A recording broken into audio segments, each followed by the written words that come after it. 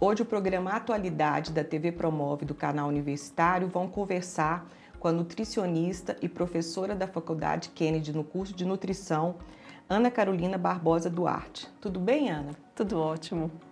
A Ana, ela é graduada em nutrição, pós-graduada em nutrição clínica e mestre em ciências dos alimentos.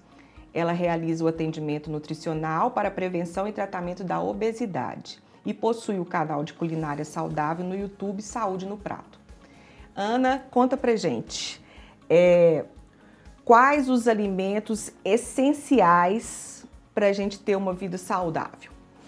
Nossa, ótima pergunta, porque quando a gente fala de alimentos saudáveis, alimentos que são importantes para a gente ter saúde, a gente pode pensar em várias opções, mas se a gente pudesse resumir quais seriam esses alimentos, a gente pode sempre priorizar alimentos que a gente chama in natura, ou alimentos ao natural. São alimentos que a natureza nos deu, então a gente fala do arroz, do feijão, dos legumes, verduras, frutas, ovos, leite, derivados, são alimentos que a natureza sempre já nos deu.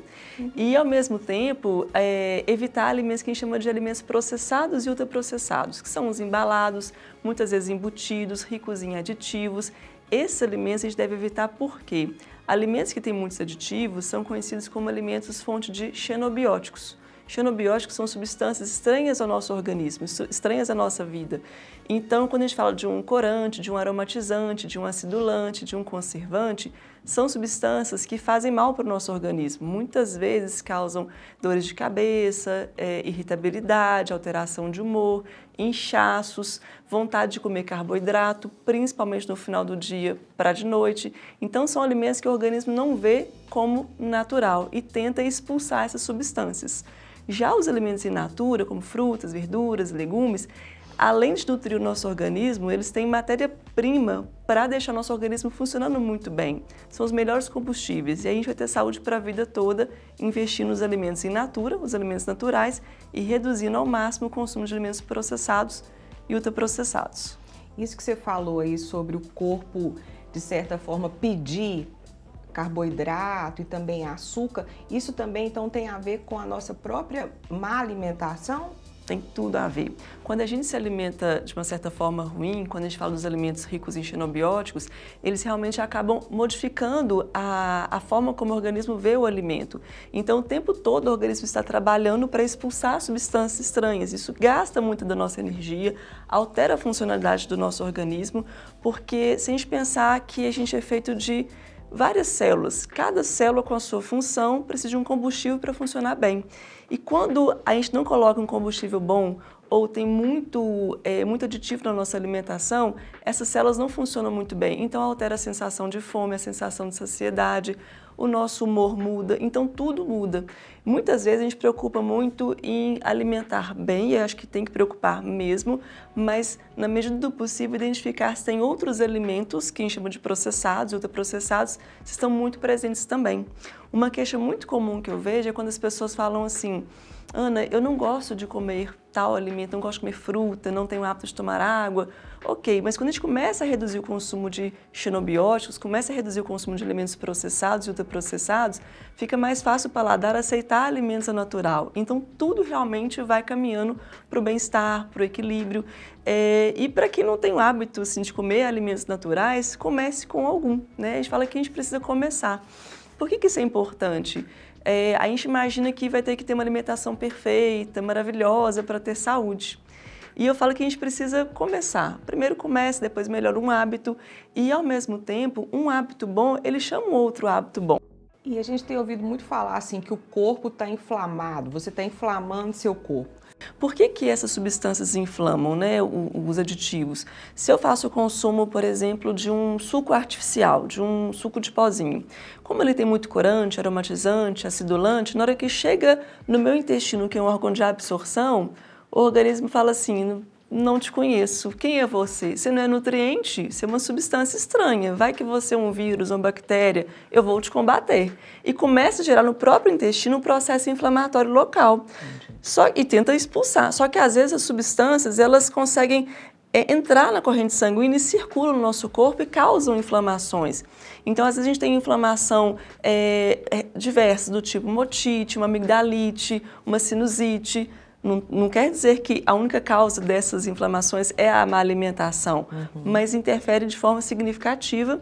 E o que a gente pode fazer para combater? Reduzir o consumo desses alimentos e priorizar alimentos com ação anti-inflamatória. E aí, naturalmente, a gente vai encontrar essas substâncias nas frutas, verduras. Tem o que a gente chama de famoso suco detox, que eu falo que é um mix de substâncias antioxidantes e anti-inflamatórias. Então, fazer um suco de couve com abacaxi, gengibre, adicionar uma maçã picada. A gente muitas vezes tem um suco com caldo ali riquíssimo em substâncias com ação anti-inflamatória. Além disso, tem outros alimentos que vão nos proporcionar essas substâncias. As castanhas têm ação anti-inflamatória, castanha de caju, castanha do Pará, amêndoas, os peixes ricos em ômega 3, o ômega 3 ele é um anti-inflamatório em potencial, a semente de linhaça, a semente de chia também tem ômega 3 na composição, que também é um anti-inflamatório, o azeite de oliva. Então, a gente tem muitas substâncias presentes nesses alimentos que, de uma certa forma, não é muito difícil encaixar na alimentação. Por exemplo, se eu faço o consumo de uma salada básica de alface e tomate todos os dias, ali eu tenho substâncias que vão reduzir o processo inflamatório. Se eu faço o consumo de pelo menos uma fruta por dia, também tem substâncias que vão reduzir o processo inflamatório. Então, ao mesmo tempo que a gente vai trabalhar com alimentos anti-inflamatórios, reduzir, dentro do possível, alimentos com ação inflamatória. Isso não significa que a gente vai viver só dessa forma, mas pelo menos 90% da alimentação, a gente procurar ter esse equilíbrio. Falo que a alimentação perfeita, ela só existe no nosso imaginário, que é o mundo ideal. No mundo real, a gente vai ter coisas que são super saborosas, que não são saudáveis, mas que podem fazer parte da nossa vida. Sim. O trigo, ele também atualmente, ele é um alimento inflamatório? É uma dúvida muito comum também a questão do trigo. Por que ele acaba sendo um fator inflamatório? O trigo em si, ele não é ruim, ele não é inflamatório naturalmente. Então, quando a gente pega o trigo de quibe, por exemplo, para fazer um quibe assado, para fazer uma tortinha de quibe, né, com trigo, ali eu tenho uma estrutura, tenho glúten naturalmente presente no trigo, mas eu tenho ali uma estrutura, uma complexidade no alimento que tem substâncias anti-inflamatórias, tem fibra, vitaminas do complexo B. É uma complexidade riquíssima de um alimento. Só que o que a gente faz? A gente pega o trigo, refina, só sobra o amido e o glúten. E aí, quando eu tenho uma alimentação que é basicamente farinha, por exemplo, aquelas pessoas que passam o dia a pão, bolo, biscoito, café. No outro dia a mesma coisa, pão, bolo, biscoito, café. Então, acaba que eu não tenho mais nenhuma outra substância para conseguir equilibrar, organizar esses alimentos no organismo. Então, passa a ser ruim. Mas, naturalmente, essa substância, no caso o glúten e o próprio trigo, não é ruim, é até benéfico. Só que se eu vou consumir refinado, eu tenho que equilibrar com outras fibras. Por exemplo, vou fazer um sanduíche de pão de sal ou de pão integral, que vai ter o trigo. Nesse sanduíche, eu preciso colocar pelo menos algum vegetal. Então, alface, um tomate que é básico, ou uma cenourinha ralada, da forma que as pessoas preferirem. E colocar alguma proteína no recheio, um peito de frango desfiado ou um atum ralado. É um ovo, né, Ana? Um ovo mexido. Então, você consegue ali fazer um alimento completo e aquele glúten ou aquele trigo que está no pãozinho não vai ser ruim. O trigo ele só vai ser ruim realmente para as pessoas que têm alergia ao glúten, que são os pacientes celíacos. Tirando essa situação, o glúten em si, o trigo em si, ele não é um problema. O problema é quando a gente só come refinado. Os biscoitos são ricos em trigo e, infelizmente, as pessoas muitas vezes trocam lanches saudáveis por biscoito. Sim. E não é que a gente não possa comer um biscoito, mas no dia a dia, priorizar alimentos que vão nutrir o organismo e esses que não vão nutrir, enfim, que vai ser realmente só uma fonte de amido, evitar. Uma dúvida que eu tenho, se a pessoa tem uma boa alimentação, se ela come carboidrato, proteínas, vitaminas, sais minerais, mesmo assim ela precisa complementar com esses suplementos, essas vitaminas C, vitamina D, ou a gente consegue basicamente tudo só com uma boa alimentação? A gente consegue tudo com a boa alimentação. Não precisa suplementar nada. Se você tiver... Tudo ok. Nesse sentido, a gente só vai suplementar quando tiver uma demanda especial. Então, vou imaginar que eu seja uma pessoa que, por algum motivo, eu não vou comer determinado alimento. No caso, um paciente vegano ou vegetariano. Sim. Então, o que falta na alimentação, muitas vezes a gente vai usar o suplemento para complementar aquilo que falta. Então, o suplemento ele serve para isso. Quando a pessoa não quer, não pode, por algum motivo ela não vai comer o que ela precisa, aí a gente suplementa. Mas a pessoa que come de tudo, raramente vai precisar de uma suplementação. Em alguns momentos da vida, a gente pode realmente precisar de um extra de nutriente. Por exemplo, a gente vê no paciente idoso, muitas vezes, uma dificuldade de consumir o que ele precisa, de consumir, por exemplo, uma fruta. Muito cálcio. Muito cálcio, leite. Muitas vezes o leite já passa a ser um problema, porque já não está digerindo muito bem o leite. Então, a gente precisa de compor uma dieta que muitas vezes vai precisar de uma suplementação, mas são casos específicos e sempre com uma orientação especializada. O que eu vejo a suplementação é que existe realmente uma propaganda muito forte de nos convencer que a gente precisa e que se a gente não usar... E que tal o nível de vitamina D tem muito mais efeitos positivos do que aquele nível normal que está lá no parâmetro do exame de sangue, né? A gente escuta muito isso, assim, vitamina D é a do sol, não é? Isso. E às vezes você não está tomando sol suficiente, você precisa suplementar, mas você já está dentro da faixa normal ali, e você ainda vê pesquisadores falando, nem sei se são pesquisadores, pessoas falando que o ideal é que a vitamina D esteja acima, sei lá, de 500. Então a gente fica um pouco perdido, né, com tanta informação, às vezes até divergentes, né? Mas essa questão, então, é bom a gente ficar sabendo, se a alimentação estiver ok, se os exames de sangue estiverem ok, que a gente não precisa ficar tomando suplementos e vitaminas. Isso, a gente só vai suplementar quando realmente precisar. Eu falo que hoje não tem nenhum suplemento que supere a ação de um alimento. Vamos imaginar... Mesmo esses alimentos nossos, que a gente sabe que às vezes são tão... com agrotóxico, né, Ana? Mesmo assim. Mesmo assim. Mesmo assim, ainda vale a pena investir no alimento. Por exemplo, vamos imaginar a vitamina C. A vitamina C a gente pode consumir de forma no suplemento, um comprimido de vitamina C. Ok. Mas se eu for consumir uma fruta, eu vou ter a mesma vitamina C e uma complexidade de outros nutrientes. Vou ter carotenoides, vou ter substâncias antioxidantes, anti-inflamatórias, tem as fibras, que vai ajudar a prevenir diabetes tipo 2, hipertensão. Então, tem muito mais benefícios quando eu como um alimento na íntegra do que quando eu pego só aquele nutriente. Sei. Mas em algum momento, em alguma situação, pode ser que a gente precise, então para isso que o suplemento existe. Que bom que tem. Se precisar, a gente pode utilizar, mas geralmente não há necessidade. Mas a gente tem que ficar muito atento a isso. As informações em relação à alimentação e à suplementação nem sempre têm evidência científica. Pois é. E aí, assim, às vezes tem um artigo publicado, ok, mas um artigo não significa que existe uma evidência ali. Tem que ver como é que a pesquisa foi feita, porque pode ter tido alguns vieses. Então, não acreditar na primeira informação. E sempre procure o seu profissional de saúde para te orientar. Sim. Outra dúvida é o seguinte, Ana, que eu acho que eu tenho e várias pessoas têm.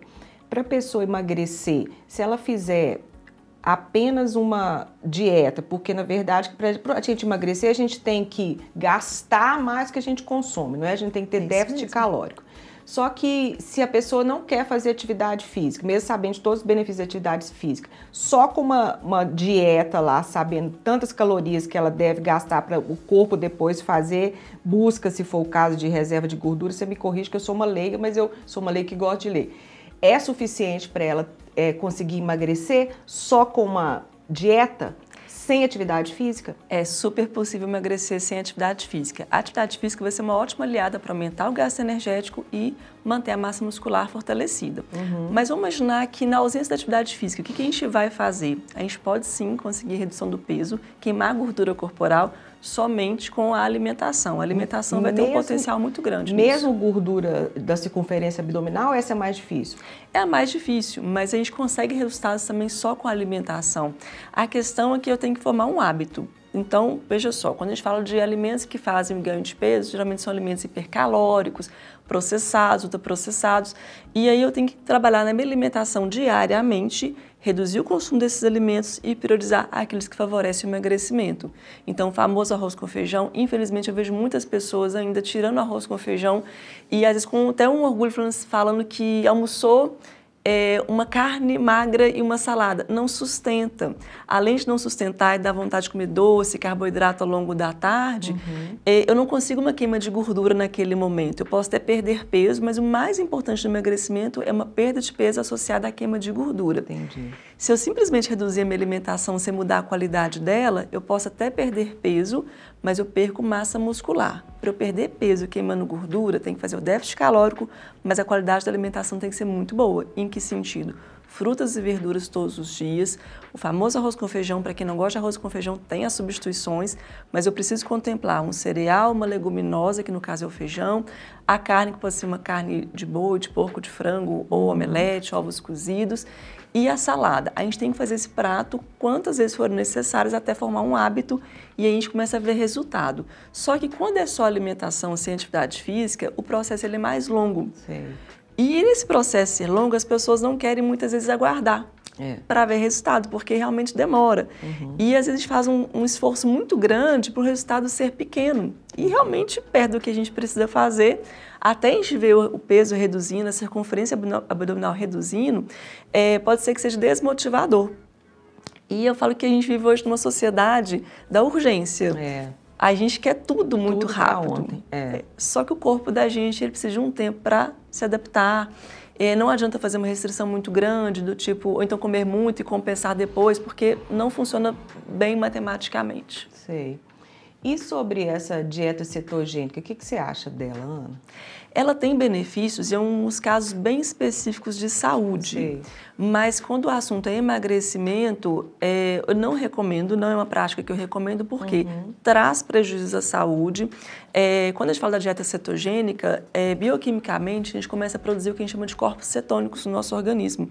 Essa cetose, ela tem uma certa toxicidade para o cérebro.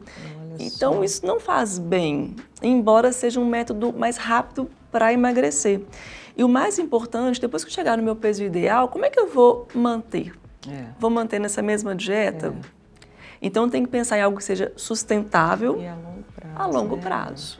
Tem que ser um plano alimentar que eu siga assim, se eu fizer desse jeito pro resto da vida, vai estar tudo bem. Eu vou ficar feliz com a minha alimentação e com o meu corpo, né? Isso. Mas a gente tem visto também falar muito sobre essa questão assim, para a gente se manter autônomo depois de idoso, 70, 80 anos, que é importante a gente fazer musculação, não é isso? Isso, é muito importante. Por quê, Ana? Porque com o passar do tempo, a gente vai realmente tendo uma perda de massa muscular. A gente chama esse processo de sarcopenia. Sim. É uma perda de massa muscular natural do organismo, é um processo fisiológico, a gente vai ter perda de massa muscular, só que essa perda de massa, ela implica da gente perder a nossa autonomia das coisas do dia a dia. Então, se hoje a gente come sem ajuda, nós vamos precisar futuramente de alguém para nos ajudar. Pentear o cabelo, tomar um banho. Então, se eu quero me manter bem por muito tempo, eu tenho que tentar reduzir a velocidade dessa perda de massa magra. Então, fabricar um pouco de massa magra e tentar preservar ao máximo. Aí eu consigo fazer isso através da musculação. A musculação realmente é uma atividade física que vai preservar boa parte da massa muscular. E aí esse processo de sarcopenia, esse envelhecimento normal do nosso organismo, ele vai demorar um pouco mais para acontecer. Então, apesar de ser fisiológico, a gente consegue reduzir a velocidade com que esse processo vai acontecer. E isso é interessante porque a gente vê as pessoas que fazem exercício físico serem muito mais ativas, fortes. Autônomas, né? Exato. E felizes, né? Porque a atividade física também não libera serotonina e dopamina, que são os hormônios. Hormônios do bem-estar. E outra questão também que a gente tem visto ultimamente, Ana, é sobre a importância do intestino, né? Nessa questão do bem-estar mesmo, né? E a gente achava que as questões estavam basicamente no cérebro e não, as pesquisas mostram também que a gente tem muitos neurônios no intestino, é isso? É isso mesmo, a gente tem muitos neurônios. Então a saúde intestinal ela tem uma relação muito forte com a saúde do corpo inteiro, inclusive com a nossa saúde mental e emocional. Tem um termo que é muito curioso, quando a gente tem intestino preso, né, que a gente não fica bem, né, o humor não fica bem, a gente fala que a pessoa está enfesada. Exatamente. Porque realmente assim, ela está num momento assim que nada tá bom e enquanto o intestino não funciona, a gente não consegue fazer o funcionamento normal, a pessoa não fica bem. Então, cuidar da saúde intestinal é uma coisa que a gente precisa falar mesmo, às vezes as pessoas têm vergonha, receio de falar. Tem que falar, tem que se informar e, olha, ficar com o intestino muito solto ou muito preso, isso não é normal. Tem que procurar um médico, às vezes até para fazer uma colonoscopia, né? Isso. A gente tem visto aí um aumento grande no número de câncer de intestino na população, né, Ana? Infelizmente, então, é verdade. Quando tem essas queixas assim comuns, recorrentes, é bom procurar um médico, né? Exato. A questão da constipação intestinal, principalmente nas mulheres, que é uma situação bastante frequente, teve um dado publicado, se não me engano, em 2015 ou 2016, que de cada 3 mulheres brasileiras, 2 tinham algum problema de intestino. E quando esse problema é a constipação, então, imagine, a gente tem substâncias que deveriam ser eliminadas, não são eliminadas. Só que o intestino ele é um órgão de absorção. Se não vai ser eliminado, aquelas substâncias voltam. E muitas vezes a gente vai fazer a excreção de hormônios, a grande excreção de hormônios é via fecal. E esses hormônios voltam, então aumenta muito as chances de diversos tipos de câncer, o organismo não funciona bem e aí também gera um processo inflamatório, que a gente falou lá no início da nossa entrevista. Precisa reduzir o processo inflamatório, então um ponto importante é fazer o intestino funcionar. Substâncias que deveriam ser eliminadas, realmente têm que ser eliminadas, não podem retornar para a corrente sanguínea. E aí é muita fibra, água, atividade física, né, que a gente lê que faz bem. Isso. O funcionamento do intestino. E sobre a questão estética também, Ana, alimentos que fazem bem para a pele, para o cabelo, quais que você gosta, assim, que você acha, assim, porque a gente escuta falar também, existem alimentos termogênicos? Existem, né? Mas não ao ponto desses alimentos queimarem gordura, né, Ana? Então, poderiam queimar, eu acharia ótimo, mas eles não queimam. Vou comer uma pimenta? Vou ficar com 1 quilo de gordura a menos, não tem jeito, né? Pois é, acontece realmente uma ação termogênica de certos alimentos, como pimenta, canela, gengibre, só que essa ação termogênica não chega a fazer um efeito real no nosso organismo. Então, vai aumentar o gasto energético, mas não representa uma perda de peso. Mas é interessante porque dá sabor, a comida fica mais gostosa com esses alimentos. Agora, em relação à estética, a gente pode investir em vários alimentos, principalmente alimentos ricos em carotenoides. Então, frutas, verduras, no geral, são ricos em carotenoides. Carotenoide é uma substância precursora da vitamina A. A vitamina A ela é boa para o cabelo, ela é boa para a pele, inclusive ajuda a evitar o envelhecimento da pele.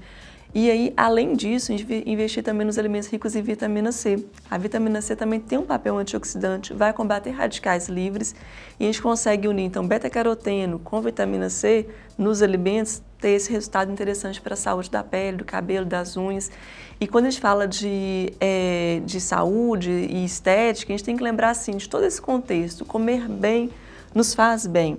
E aí, voltando à questão da saúde intestinal, se o intestino está bem, a pele também fica bem. Por quê? As substâncias que inflamam, que são reabsorvidas pelo nosso organismo, muitas vezes provocam a acne, geralmente na região de testa, nariz, queixo. Então, reflete um processo inflamatório que pode ser prevenido com o tratamento da saúde intestinal, com o tratamento, por exemplo, da constipação intestinal. Então, o intestino funcionando bem, a gente vai ter beleza da pele. E esses alimentos, como frutas, verduras, parece clichê que a gente fala tanto desses alimentos, Sim. Mas parece que não são bons para tudo. Para praticamente tudo. Igual a couve. Outro dia eu estava lendo e falei assim, gente, couve tem que comer todo dia.